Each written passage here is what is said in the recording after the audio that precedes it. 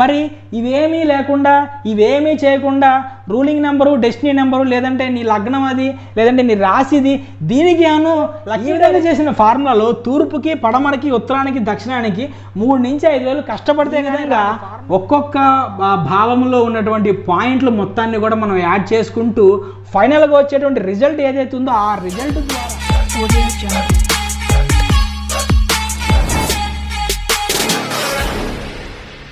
ఓం శ్రీ గురుభ్యో నమః, ఓం శ్రీ మాత్రే నమః. హాయ్ అండి, welcome to my YouTube channel. So నా వీడియోస్ అన్నింటినీ కూడా ఇంత బాగా ఆదరిస్తూ నాకు ఇంత సపోర్ట్ చేసిన మీ అందరికీ కూడా నా హృదయపూర్వక కృతజ్ఞతలు అండి. సో ఫ్రెండ్స్, ఈరోజు మన టాపిక్ వచ్చేసి ఒక వ్యక్తికి లక్కీ డైరెక్షన్ అంటే అతను ఏ దిక్కులో పనిచేస్తే, లేదంటే అతను ఏ దిక్కు అతనికి సరైన దిక్కు అంటే తూర్పా, పడమర, ఉత్తరమా, దక్షిణమా, అతనికి ఏ దిక్కు సరైనది అనేటువంటి టాపిక్ మీద ఈరోజు మనం అసలు సరైన పద్ధతి ఏది అంటే ఈ దిక్కుని మనం క్యాలిక్యులేట్ చేయడానికి సరైన పద్ధతి ఏది అంటే ఈ దిక్కు ప్రకారం అతని యొక్క ఇంటి యొక్క సింహద్వారం కానివ్వండి, అతని షాప్ యొక్క ఎంట్రన్స్ కానివ్వండి, లేదంటే అతను మొదలు పెట్టవలసిన పని ఏ దిక్కులో మొదలు పెట్టాలి. దీనిని ఒక వ్యక్తి మా దగ్గరికి నాకు యొక్క ఫేవరెట్ దిక్కు అంటే నాకు కలిసి వచ్చే దిక్కు డైరెక్షన్ ఏది అని చెప్పి నా దగ్గరికి వచ్చినప్పుడు నేను ఏ విధంగా సరైన పద్ధతిలో అతనికి క్యాలిక్యులేషన్ చేసి ఇస్తాననేటువంటి క్యాలిక్యులేషన్ ఎలా చేస్తాననే దాన్ని గురించి చెప్పేటువంటి ఈ ప్రయత్నం చేసే వీడియో ఇది. సో ఫ్రెండ్స్, చివరి వరకు కూడా ఈ వీడియో చూడండి. సో ఈ వీడియో నేను చేయడానికి కారణం ఏంటంటే ఈ మధ్య నేను కొన్ని వీడియోస్ చూశానండి యూట్యూబ్లో. సో దాంట్లో కొంతమంది ఎవరైతే సోకాల్డ్ యాస్ట్రో న్యూమరాలజిస్టులు మేమని చెప్పుకుంటున్నారో వాళ్ళు చెప్పిన విధానం ఏదైతే ఉందో అది నాకు కరెక్ట్ విధానం కాదు, అది కరెక్ట్ విధానం కాదు, సరైన పద్ధతి కూడా కాదు అది.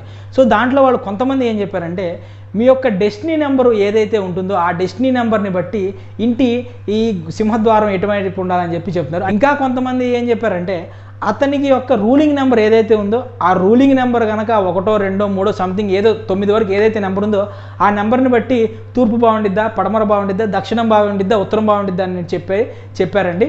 సో న్యూమరాలజీలో ఒక వ్యక్తి యొక్క డేట్ ఆఫ్ బర్త్ ప్యాటర్న్ నుంచి కానీ ఒక వ్యక్తి date of birth ruling destiny నుంచి అతని యొక్క లక్కీ డైరెక్షన్ ఏంటి అనేటువంటిది విషయం కానివ్వండి, అలానే అతనికి ఏ ఇండ్లు కనుక సింహద్వారం ఎటువైపు ఉంటే బాగుండిద్ది అనేటువంటి విషయాలు అనేటువంటి ఏది కూడా మనం తెలుసుకోలేమండి. ఒక వ్యక్తికి కలిసి వచ్చే డైరెక్షన్ ఏంటి, లేదా ఆ వ్యక్తి యొక్క డైరెక్షన్ని బట్టి ఇంటి యొక్క సింహద్వారం ఎటువైపు ఉండాలనేటువంటిది న్యూమరాలజీకి దీనికి సంబంధం లేదండి.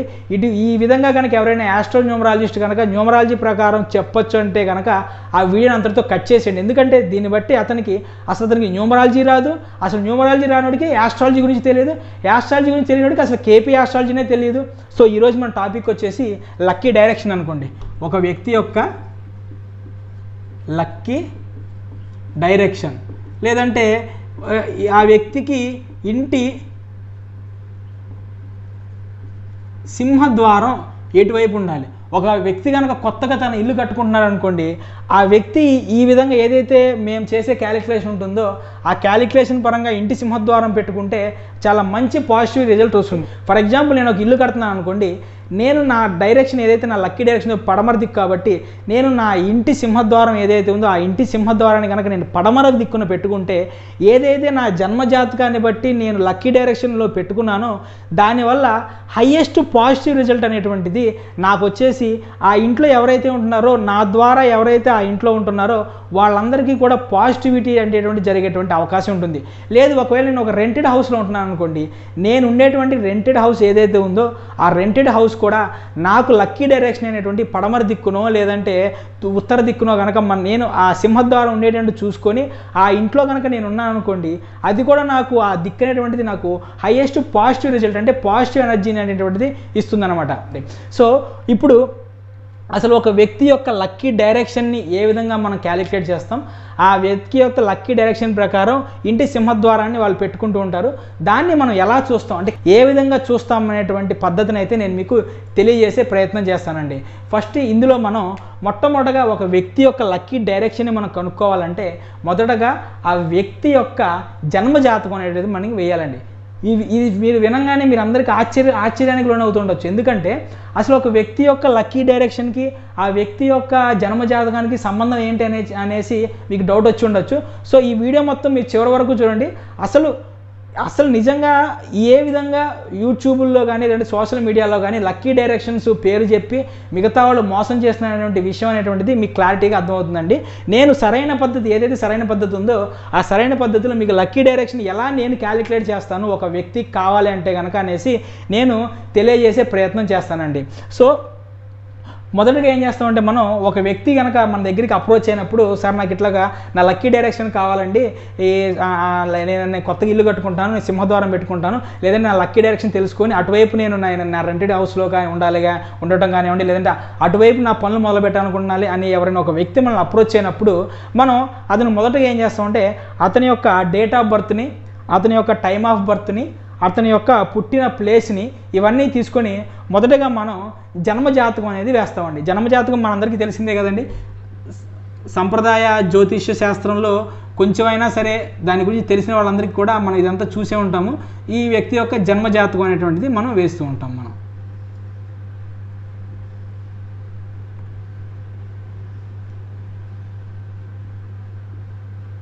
సో ఇందులో మనకి ఇక్కడ మేషం నుంచి తీసుకుంటే మీనం వరకు ఉంటే మొత్తం 12 హౌసెస్ ఉంటాయండి. 1 2 3 4 5 6 7 8 9 10 11 12 ఇంగ్లీష్లో హౌసెస్ అంటామండి, మన తెలుగులో వచ్చేసి భావాలు అంటాము. సో 12 భావాలు ఉంటాయండి. ఇదే ఒక వ్యక్తి యొక్క జాతకం అనుకోండి. నా దగ్గరికి ఒక వ్యక్తి వచ్చాడండి. సో నేను ఎట్లా చేస్తాను నేను చెప్పే ప్రయత్నం చేస్తాను మీకు. సో ఈ విధంగా ఒక వ్యక్తి యొక్క జన్మజాతకాన్ని నేను వేసుకున్నాను. సో ఈ జన్మజాతకం వేసుకున్న తర్వాత మనం ఈ యొక్క లక్కీ డైరెక్షన్ ఏ విధంగా తీయాలనుకుంటే నెక్స్ట్ మన యొక్క ఏదైతే ఆస్ట్రాలజీలో ఉన్నటువంటి ఒక మంచి సబ్జెక్ట్లో ఉన్నటువంటి ఒక మంచి పార్ట్ అండి అది, దాన్ని మనం అష్టక వర్గం అంటాం. దాన్ని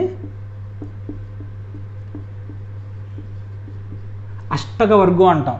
ఈ అష్టక వర్గుకి లగ్నానికి కూడా అంటే లగ్నం నుంచి ఏ స్థానంలో ఉన్నారు ఇవన్నీ కూడా గ్రహాలు ఏ స్థానంలో ఉన్నాయి ఇవన్నీ కూడా సంబంధం ఉండదండి. మేషం నుంచే మనం అంటే ఫస్ట్ హౌస్ నుంచే మనం క్యాలిక్యులేషన్ అటువంటి చేస్తూ ఉంటాం ఒక వ్యక్తి యొక్క అష్టక వర్గు. సో అసలు ఈ అష్టక వర్గం అంటే ఏంటి? అష్టక వర్గులు 2 రకాలు ఉన్నాయండి. అష్టక వర్గులు చాలామందికి కూడా రెండు రకాలు ఉన్నాయని కూడా తెలియదు. సో చాలామంది కూడా సాంప్రదాయ అష్టక వర్గులనే వాడుతూ ఉంటారు. ఈ అష్టక వర్గులో మనకి ఒక్కొక్క గ్రహాన్ని బట్టి కొన్ని పాయింట్స్ ఉంటాయండి. ఓకే, రవి అయితే కొన్ని పాయింట్స్, చంద్రుడు అయితే కొన్ని పాయింట్స్, రాహు అయితే కొన్ని పాయింట్స్, ఈ విధంగా కొన్ని పాయింట్స్ ఉంటాయి అన్నమాట. సో సాంప్రదాయ పద్ధతి ప్రకారం అంటే సాంప్రదాయ జ్యోతిష్యం ప్రకారం చూసుకున్నటువంటి అష్టక వర్గులో టోటల్గా 337 అష్టక వర్గు పాయింట్లు ఉంటాయండి. 337 అష్టక వర్గ పాయింట్లు ఉంటాయి. అయితే ఈ అష్టక వర్గ పాయింట్ల ద్వారా చేసేటువంటి క్యాలిక్యులేషన్ అనేటువంటిది 100% పర్ఫెక్ట్ రిజల్ట్స్ అనేటువంటిది రావట్లేదు. సో ఈ విధంగా ఎందుకు రావట్లేదు అనేటువంటి దీని గురించి ఒక వ్యక్తి అంటే గొప్ప మహానుభావుడు అని చెప్పుకోవాలండి. ఆయన వల్లే ఆస్ట్రాలజీ అనేటువంటిది కొత్త పుంతలు తొక్కి అడ్వాన్స్డ్ వర్షన్లోకి మారి హయ్యెస్ట్ ప్రిడిక్షన్ రేట్ని ఇచ్చేటువంటి ఆస్ట్రాలజీగా అంటే అడ్వాన్స్డ్ ఆస్ట్రాలజీగా కన్వర్ట్ అయిందండి. ఆయన పేరు వచ్చేసి కృష్ణమూర్తి గారండి. ఆయన దాదాపుగా ఆయన జీవితకాలంలో 40 సంవత్సరాల పాటు అండి ఆయన జీవితకాలం మొత్తం వెచ్చించి ఆయన 40 సంవత్సరాల పాటు రీసెర్చ్ చేసి అవి ఏవైతే ఈ 337 పాయింట్లు ఉన్నాయో ఆ 337 పాయింట్లు తప్పు, 337 పాయింట్లు కాదు, టోటల్గా 429 అష్టక వర్గ పాయింట్లు అని చెప్పేసి ఆయన సిద్ధాంతాన్ని ప్రతిపాదించి దాన్ని రుజువు చేయగలిగారండి.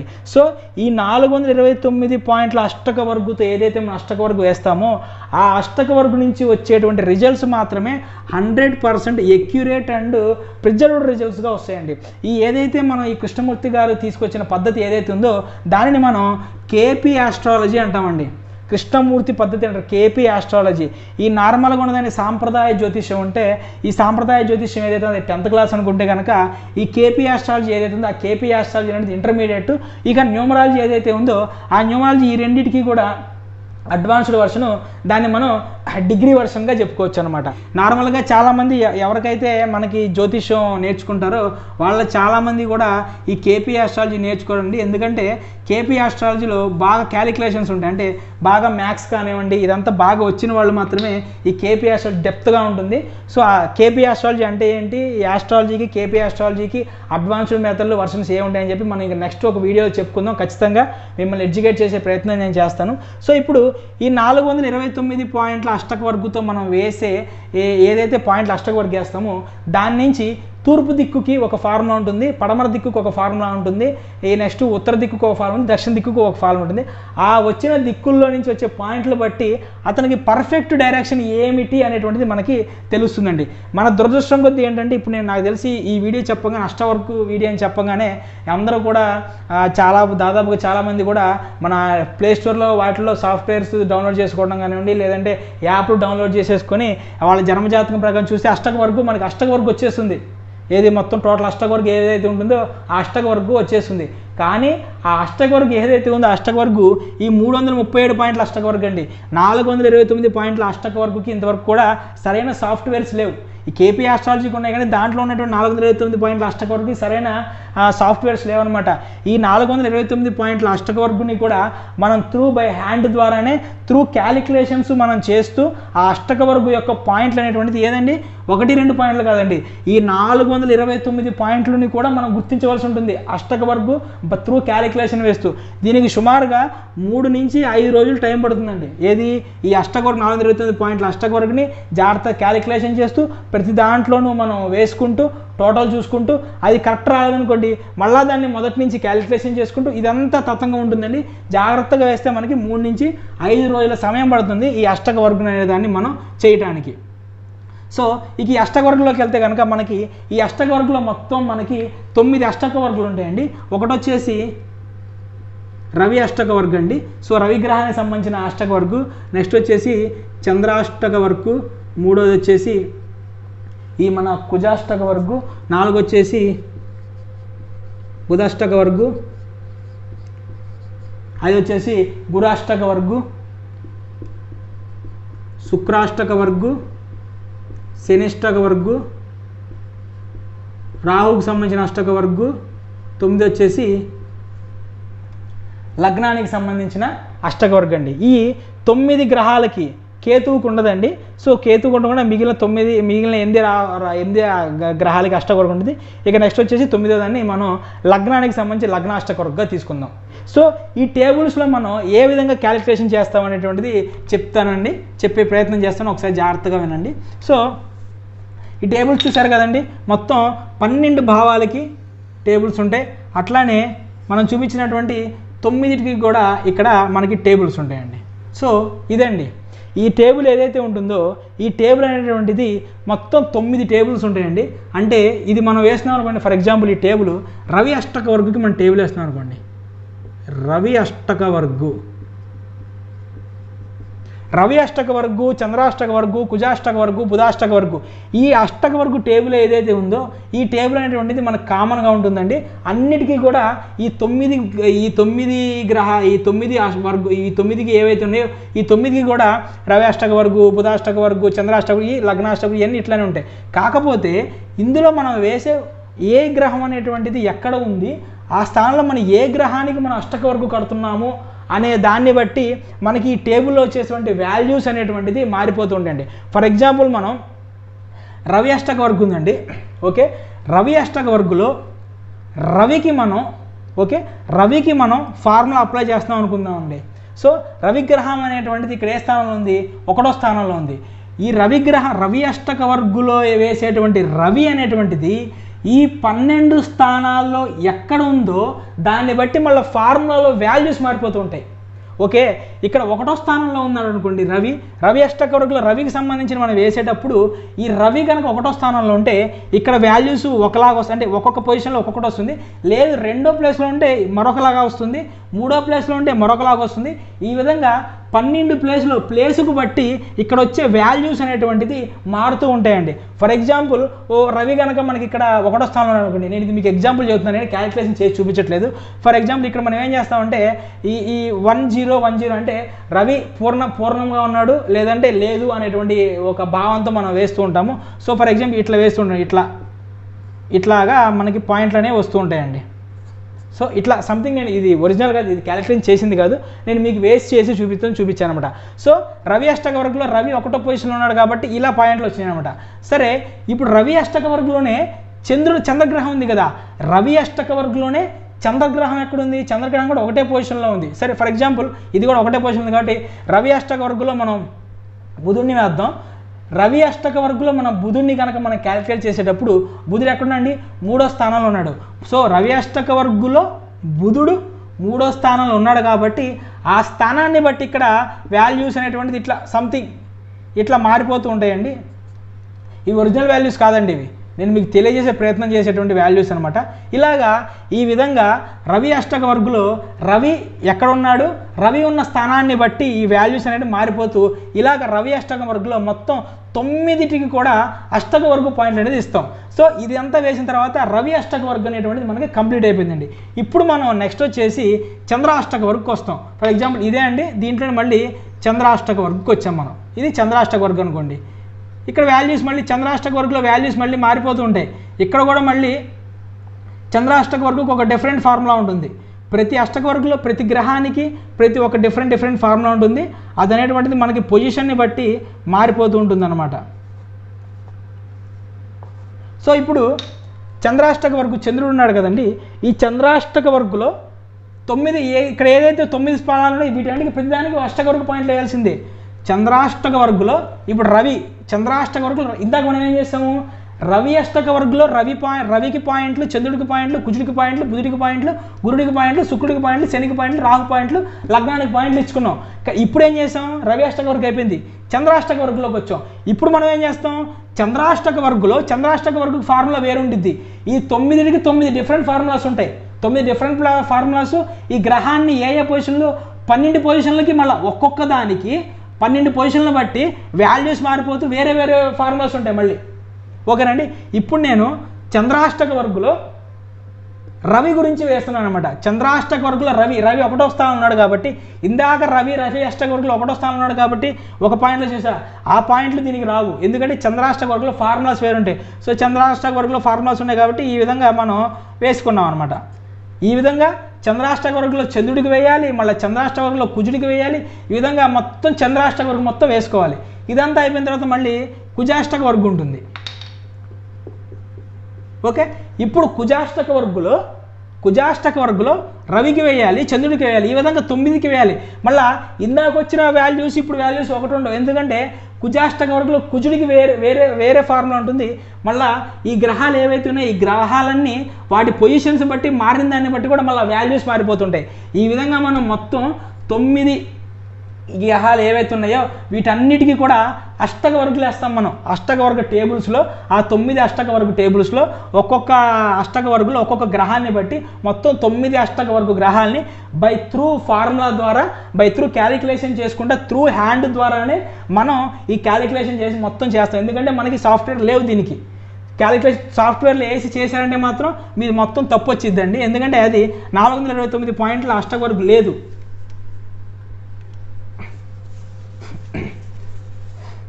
సో ఇదంతా వేసిన తర్వాత మళ్ళీ ఒక్కొక్క ఇది ఏదైతే మనకి ఈ టేబుల్ ఉందో సో ఇలాగ మనకి ఇలాగ 9 టేబుల్స్ ఉంటాయి మళ్ళీ. ఓకే, ఈ విధంగా 9 టేబుల్స్ ఉంటాయి. ఈ 9 టేబుల్లో కూడా ఒక్కొక్క ఈ 9 అష్టక వర్గుల్లో ఒక్కొక్క భావంలో ఎన్ని పాయింట్లు వచ్చినాయి అంటే రవి ఇప్పుడు 9 పాయింట్లు వేసాను కండి, దాంట్లో 9 అంటే 9 అష్టక వర్గంలో 9 సార్లు మనం రవి రవి రవి రవి రవి రవి ఇట్లా వేసాం కదా. వాటిల్లో రవి అష్టక వర్గంలో ఉన్నటువంటి రవి అష్టక వర్గంలో రవి ఏ పొజిషన్లో మొత్తం ఎన్ని పాయింట్లు వచ్చినాయి ఇక్కడ మొత్తం వేసుకుంటాం మనం. 1 5 9 8 11 10 7 4 ఇట్లా మొత్తం వేసుకుంటాం. ఆ తర్వాత మళ్ళీ నెక్స్ట్ వచ్చేసి చంద్రాష్టక వర్గం వచ్చింది. ఈ విధంగా చంద్రుడికి సంబంధించిన పాయింట్లన్నీ ఎన్ని పాయింట్లు వచ్చినటువంటిది ఇందులో వేసుకుంటాం. ఈ విధంగా 9టికి కూడా వచ్చినాయి మొత్తం 9 పాయింట్లు. మళ్ళీ 9 బాక్సెస్ ఉంటాయి. ఏదైతే ఈ విధంగా మన చక్రం ఉందో ఆ విధంగా 9 బాక్స్ ఉంటాయి. ఆ 9 బాక్స్లో కూడా వచ్చిన మొత్తాన్ని కూడా మనం క్యాలిక్యులేట్ చేసుకొని ఆ మొత్తాన్ని కూడా మనం ఇక్కడ వేసుకుంటాం అనమాట.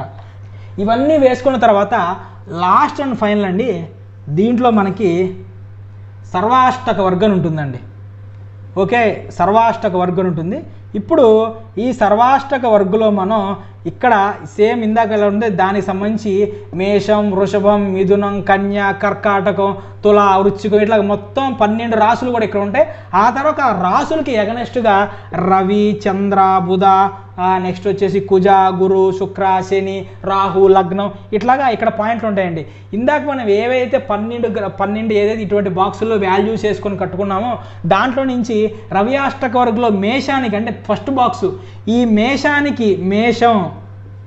మేషానికి ఎన్ని పాయింట్లు వచ్చినాయి రవి అష్టక వర్గంలో 15 సంథింగ్, చంద్రాష్టక వర్గంలో 16, బుధాష్టక వర్గంలో 18, కుజాష్టక వర్గంలో 21 ఈ విధంగా ఇట్లా సర్వాష్టక వర్గంలో ఈ మేషానికి సంబంధించి ఎన్ని పాయింట్లు వచ్చినాయి మొత్తం క్యాలిక్యులేట్ చేసుకుంటాం. ఆ తర్వాత వృషభం అంటే సెకండ్ హౌస్ అనమాట. సెకండ్ హౌస్లో ఎన్ని పాయింట్లు వచ్చినాయో మొత్తం పాయింట్లు క్యాలిక్యులేట్ చేసుకుంటాం. ఈ విధంగా 12 భాగాలకి 9 అష్టక వర్గుల్లో అది ఇందాక వేసిన అష్టక వర్గుల్లో ఎన్నెన్ని పాయింట్లు వచ్చినాయి అనేటువంటిది ఇక్కడ మొత్తం మనం వాల్యూస్ వేసుకుంటాం అనమాట. ఈ వాల్యూస్ మొత్తం వేసుకున్న తర్వాత ఈ వాల్యూస్ మొత్తాన్ని ఈ టోటల్ ఎంత వచ్చింది, ఈ టోటల్ ఎంత వచ్చింది, ఈ టోటల్ ఎంత, ఈ టోటల్ ఎంత, అలానే మళ్ళీ ఈ కింద టోటల్ ఎంత, టోటల్ ఎంత, టోటల్ ఎంత, టోటల్ ఎంత, టోటల్ ఎంత, ఈ టోటల్ మొత్తం వచ్చిన తర్వాత ఈ టోటల్ ఎటు కూడినా సరే దీంట్లో మ్యాజిక్ అండి. ఇది ఈ సర్వాష్టక అష్టగురుల మ్యాజిక్. ఇది ఎటు చూసినా సరే 429 పాయింట్లు వస్తాయండి. అంటే ఇటు నుంచి టోటల్ కూడిన 429 పాయింట్లు వస్తాయి, ఇటు నుంచి టోటల్ కూడిన 429 పాయింట్లు వస్తాయి. ఇలా వస్తేనే మీరు వేసినటువంటి అష్టక వర్గు కరెక్ట్.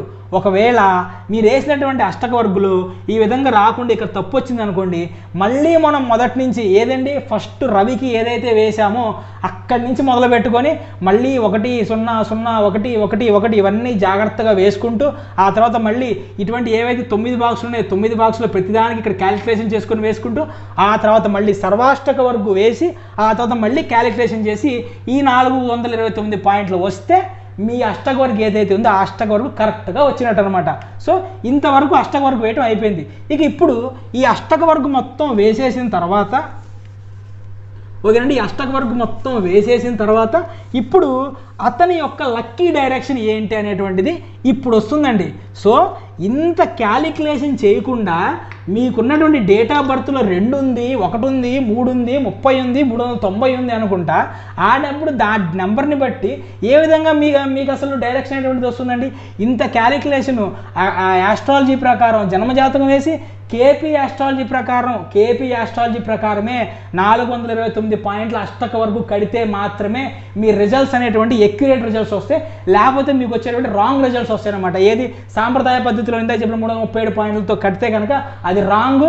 ఇన్నాళ్ళు కూడా ఫెయిల్ అవడానికి కారణం ఏంటంటే అష్టక వరకు సాఫ్ట్వేర్లో వేయటం వల్ల ఈ క్యాలిక్యులేషన్ లేకుండా సాఫ్ట్వేర్లో సాంప్రదాయ పద్ధతిలో వేయటం వల్ల వచ్చిన వాల్యూస్ అనేటువంటి రాంగ్ వాల్యూస్ రావడం వల్ల మీ అనేటువంటిది మైనస్లు జరిగేటువంటి అవకాశం ఉందన్నమాట. సో ఇదంతా అష్టక వరకు వేసిన తర్వాత ఇప్పుడు అతని యొక్క లక్కీ డైరెక్షన్ ఫర్ ఎగ్జాంపుల్ తూర్పు, మనకుండే 4 డైరెక్షన్లు కదండి, తూర్పు, పడమర, ఉత్తరం, దక్షిణం. ఓకేనా? ఇప్పుడు దీన్ని బట్టి ఇక్కడ మనకి ఫార్ములాస్ ఉంటాయండి. ఓకే, ఇక్కడ ఫార్ములాస్ ఉంటాయి. తూర్పుకు ఒక ఫార్ములా ఉంటుంది, సంథింగ్ ఫార్ములా, పడమరకు ఒక ఫార్ములా ఉంటుంది, ఉత్తరానికి ఒక ఫార్ములా ఉంటుంది, దక్షిణానికి ఒక ఫార్ములా ఉంటుంది.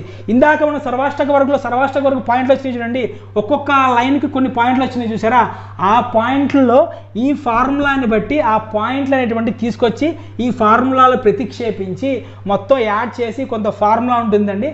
ఆ ఫార్ములా ప్రకారం క్యాలిక్యులేషన్ చేస్తే సంథింగ్ ఇక్కడ ఒక 110 పాయింట్లు, ఇక్కడ వచ్చేసి పడమరకి 118 పాయింట్లు, ఇక్కడ వచ్చేసి 130 పాయింట్లు, సంథింగ్ 120 పాయింట్లు, ఇట్లా సంథింగ్ ఇలాగ మనకు పాయింట్లు వచ్చినాయి అనుకోండి. దీన్ని బట్టి హయ్యెస్ట్ పాయింట్లు ఏదైతే 130లో ఉన్నాయి కాబట్టి అతనికి ఉత్తర దిక్కు అనేటువంటిది ద బెస్ట్ డైరెక్షన్ అతనికి.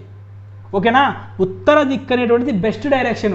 అతను మొదలుపెట్టే పని ఏదైనా సరే, అతని షాపు ఏదైనా సరే, షాపు యొక్క ఏదైనా ముఖద్వారం లేదంటే షాప్ యొక్క సింహద్వారం అయినా, అతని యొక్క ఇంటి యొక్క సింహద్వారం అయినా ఏదైనా సరే ఉత్తర దిక్కులో కనుక ఉంటే, లేదంటే అతను వెళ్ళే డైరెక్షన్ అనేటువంటిది ముందుగా ఉత్తర దిక్కు నుంచి మొదలుపెట్టి ఆ తర్వాత అతను వెళ్ళే డైరెక్షన్లో వెళ్ళినా, లేదంటే అతను ఏదైతే పెళ్లి సంబంధాలు ఏమైనా చూడాలనుకోండి, అతను ఉన్నటువంటి ప్లేస్ నుంచి, అతను ఉన్న స్థానం నుంచి ఉత్తర దిక్కులో ఉన్నటువంటి ఊళ్ళ వైపు ఉన్నటువంటి పెళ్లి సంబంధాలు కనుక మనం తీసుకొచ్చిన కాలేజెస్ కానీ యూనివర్సిటీస్ కానీ ఉత్తర దిక్కులో ఉన్నటువంటి కాలేజీ యూనివర్సిటీలో కనుక మనం చేస్తే అతనికి 100కి 100% అనేటువంటిది ఎక్యురేట్ రిజల్ట్ వచ్చేటువంటి అవకాశం ఉంటుంది. సో ఉత్తర దిక్కులో చూడడానికి కుదరలేదు అనుకోండి, ఇక నెక్స్ట్ ప్రియారిటీ ఏముందండి, దక్షిణ దిక్కు.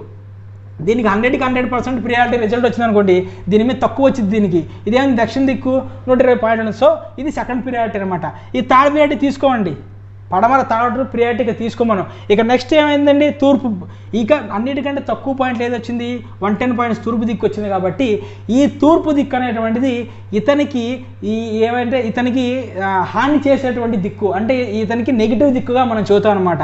అంతేగాని తూర్పు దిక్కులో ఇల్లు ఉంటే చాలా బాగుంటుంది, సో తూర్పు దిక్కులో సింహద్వారం పెట్టుకోండి, తూర్పు దిక్కులో మీ షాప్ పెట్టుకోండి అని చెప్తే ఈ వ్యక్తి ఎవరైతే అష్టవర్గ పాయింట్లో 110 తక్కువ పాయింట్లతో ఏదైతే తూర్పు దిక్కు నెగిటివ్ దిక్కులో ఉందో ఆ దిక్కులో కనుక ఇతను ఇల్లు కట్టేటప్పుడు సింహద్వారం పెట్టినా, లేదంటే ఆ వ్యక్తి అనేటువంటిది ఈ రెంటెడ్ హౌస్ తీసుకున్నప్పుడు ఈ 110 పాయింట్ల తక్కువ పాయింట్లు వచ్చిన తూర్పు దిక్కులో కనుక రెంట్కున్నా సరే అతనికి ఫైనాన్షియల్గా స్ట్రగుల్స్ ఏర్పడతాయి, అప్పులు పాలైపోతూ ఉంటారు.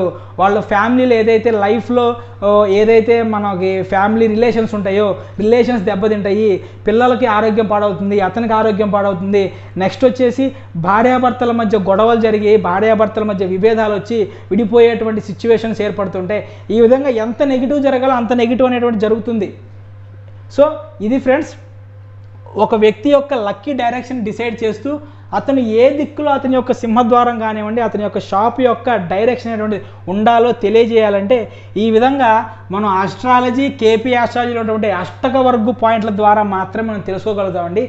ఏ న్యూమరాలజిస్ట్ అయినా సరే, లేదంటే ఏ ఆస్ట్రాలజిస్ట్ అయినా సరే ఈ ఫార్ములాసు ఈ పద్ధతిలో మీకు చెప్పకుండా, ఓకేనా, మీరు పలానా రోజు ఏదంటే మీరు పలానా లగ్నంలో పుట్టారు కాబట్టి ఈ లగ్నానికి ఆ దిక్కు మంచిది, లేదంటే ఈ గ్రహం ఏదైతే ఈ రాశిలో పుట్టావు కాబట్టి ఈ రాశిలో పుట్టావు కాబట్టి నీకు పడమర మంచిది ఈ అనేసి ఎవరైనా ఆస్ట్రాలజిస్టులు చెప్పినా, ఎవరైనా న్యూమరాలజిస్ట్ వచ్చేసి ఇట్లా కాదండి మీకు 2 రూలింగ్ నెంబర్ కాబట్టి మీకు పడమర తీసుకోండి, 5 రూలింగ్ నెంబర్ కాబట్టి దక్షిణ తీసుకోండి, లేదంటే డెస్టినీ నెంబర్ 3 కాబట్టి 1 తీసుకోండి, డెస్టినీ నెంబర్ 4 కాబట్టి పడమరలో కట్టుకోండి అని చెప్పారు అంటే వాళ్ళ మాటలు నమ్మి కనుక మీరు కనుక వాళ్ళు చెప్పిన డైరెక్షన్లో ఈ డైరెక్షన్కి ఈ పద్ధతికి అగనెస్ట్గా కనుక వెళ్ళి చేస్తే కనుక ఇక అది మీ కర్మ అండి, మనం చేయగలిగింది ఏమీ లేదు. సో ఒక వ్యక్తి యొక్క లక్కీ డైరెక్షన్ని కనిపెట్టడానికి ఇంత ప్రొసీజర్ ఉంటుందండి. ఈ ప్రొసీజర్ మొత్తం ఒళ్ళు దగ్గర పెట్టుకొని జాగ్రత్తగా కాన్సన్ట్రేషన్ చేస్తూ 429 పాయింట్లు వచ్చినాయా రాలేదని క్యాలిక్యులేషన్ చేస్తేనే దాదాపుగా 3 నుంచి 5 రోజుల సమయం పడుతుందండి. ఇంత సమయాన్ని వదిలేసి సింపుల్గా ఇదిగో తూర్పును కట్టుకోమ్మా, ఇదిగో ఉత్తరాన్ని కట్టుకోమ్మా అంటే ఏంటండి ఇది? వాస్తు కూడా దీంతో మిళితమై ఉంది, ఓకేనా. ఒక ఆస్ట్రాలజీ, న్యూమరాలజీ అంటే అది శాస్త్రాలు, గణితంతో పాటు ఇంక్లూడ్ అయినటువంటి శాస్త్రాలు ఇవన్నీ గణితంతో ఇంక్లూడ్ అయ్యి దీంట్లో Vastu, law of attraction, numerology, astrology, KP astrology, next వచ్చేసి చక్రాసు, ఇవన్నీ కూడా ఒక శాస్త్రానికి ఇమిడి లింక్ అయిన శాస్త్రాలేనండి. సో మనం ఎవరైతే మన దగ్గరికి ఒక వ్యక్తి వస్తారో, ఒక వ్యక్తి మనకు లక్కీ డైరెక్షన్ కావాలండి, నేను ఇల్లు కట్టుకుంటున్నానని చెప్పి, లేదంటే నాకు లక్కీ డైరెక్షన్ కావాలి అన్నప్పుడు మనం ఈ టోటల్ ఈ పద్ధతి మొత్తాన్ని కూడా ఉపయోగించి అతని యొక్క లక్కీ డైరెక్షన్ అనేటువంటిది మనం చెప్పే ప్రయత్నం చేస్తామండి. సో ఇది ఫ్రెండ్స్. మీరు కనుక ఎవరైనా సరే ఇటువంటి ఇంట్రెస్టింగ్ కంటెంట్, ఇటువంటి తెలుసుకోలేని చాలా కంటెంట్ అనేటువంటి తెలుసుకోవాలంటే కనుక నా ఛానల్ని సబ్స్క్రైబ్ చేసుకోండి. నా ఛానల్లో ఇటువంటి ఇంకా మంచి ఇంట్రెస్టింగ్ టాపిక్స్ అనేటువంటి ఫ్యూచర్లో ఇంతకంటే మంచి టాపిక్స్ అనేటువంటిది నేను చెప్పే ప్రయత్నం చేస్తాను. దాదాపు నాకు తెలిసి యూట్యూబ్ మొత్తంలోకి ఇటువంటి కంటెంట్ చేసి ఉండరు ఎవరు కూడా. ఒక కంటెంట్ చేస్తుంటే ఓకేనండి. సో నేను చేసే ప్రయత్నం చేస్తానండి. ఎవరైనా కనుక మీ నేమును కనుక మీరు అడ్వాన్స్డ్ 14 డైమెన్షన్స్లో ఆస్ట్రో న్యూమరాలజీ ప్రకారం కనుక మీ నేమ్ కరెక్షన్ చేయించుకోవాలనుకుంటే కనుక స్క్రీన్ మీద నా నెంబర్ ఇస్తున్నానండి. నా నెంబర్కి మీరు వాట్సాప్ ద్వారా కానివ్వండి, లేదంటే ఫోన్ కాల్ ద్వారా కానివ్వండి నన్ను సంప్రదించండి. అడ్వాన్స్డ్ 14 డైమెన్షన్లో మీకు నేను నేమ్ కనెక్షన్ అనేది చేస్తానండి. థ్యాంక్ యూ అండి.